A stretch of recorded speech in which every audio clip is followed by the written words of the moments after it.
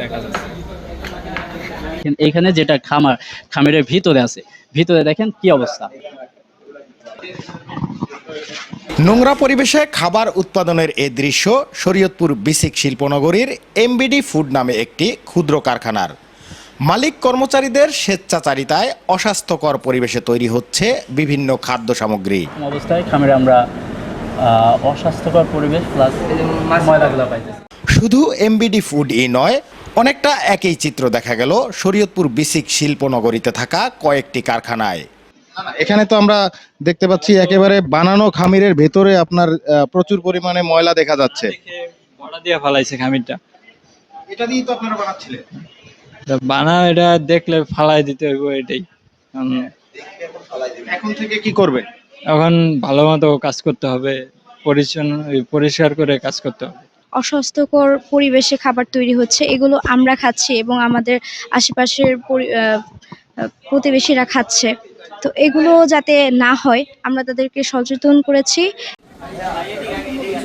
নতুন বাংলাদেশে নিরাপদ খাদ্য নিশ্চিত করতে এবার মাঠে নেমেছে শিক্ষার্থীরা। রবিবার শরীয়তপুর বিসিক শিল্পনগরীর বেশ কিছু কারখানা ঘুরে দেখেন তারা। এসব কারখানার নোংরা পরিবেশ আর অব্যবস্থাপনা দেখে রীতিমতো হতবাক শিক্ষার্থীরা। অস্বাস্থ্যকর নোংরা পরিবেশে ময়লাযুক্ত ময়দা আটা ব্যবহার করে তৈরি হচ্ছে বিভিন্ন খাদ্য সামগ্রী। মালিক ও কর্মচারীদের সতর্ক করে বিভিন্ন পরামর্শ দেন শিক্ষার্থীরা। এই খাদ্যগুলো আমরা শিশুরা খাচ্ছি, আমরা বৃদ্ধরা খাচ্ছি, আমরা সাধারণ জনগণ খাচ্ছি। এই ক্ষেত্রে এইখানে ক্যামেরাটা আমরা জুম করলে দেখতে পাচ্ছি দেন এগুলো কিন্তু খাবার তৈরি করা হয়ে গেছে। তো সেই ক্ষেত্রে আমরা দেখতে পাচ্ছি যে এখানে ময়লা আছে বা অপরিচ্ছন্ন পরিবেশ আপনি ওইখানে দেখতে পাবেন যে চারপাশে যেই পরিবেশটা তৈরি করা হচ্ছে। তো এমনটা অবস্থায় আমরা ময়লা দেখতে পাচ্ছি, অস্বাস্থ্যকর পরিবেশ। মালিক পক্ষ থেকে শুরু করে কর্মচারী তাদেরকে সচেতন করেছি, তাদেরকে বুঝিয়েছি যে আসলে কিভাবে তারা কাজ করলে সেই কাজটা সুন্দর হবে, তাদের কিভাবে কেন গ্লাভস ইউজ করতে হবে, কেন মাস্ক ইউজ করতে হবে, তারা কিভাবে খাবারগুলোকে রাখবে, তাদের ডিম কেমন হবে, তাদের কাঁচামালগুলোর মেয়াদ থাকতে হবে, সেগুলোকে কিভাবে রাখা হবে, এগুলো সম্পর্কে আমরা তাদের সচেতন করেছি। শিক্ষার্থীদের এমন উদ্যোগকে স্বাগত জানিয়েছেন বিসিক শিল্পনগরীতে থাকা কারখানার মালিক ও শ্রমিকরা। ভবিষ্যতে নিয়ম মেনে স্বাস্থ্যকর পরিবেশে খাবার উৎপাদনের নিশ্চয়তা দিয়েছেন তারা।